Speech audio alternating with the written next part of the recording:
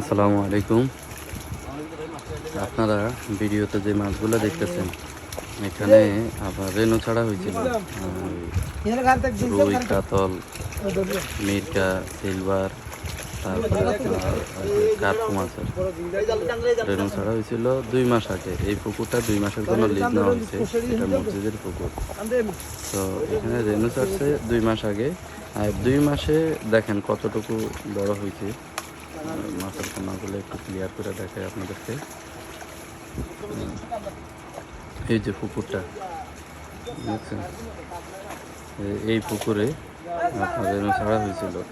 তো এখন 2 মাসে মাসাল্লাহ ভালোই বড় হয়েছে, প্রায় 2 কর হয়ে গেছে মাছ। 2 ইঞ্চি 3 ইঞ্চি মাছের সাইজ ভালোই বড় হয়েছে। প্রত্যেকটা মাছে 2 ইঞ্চি 3 ইঞ্চি 4 ইঞ্চি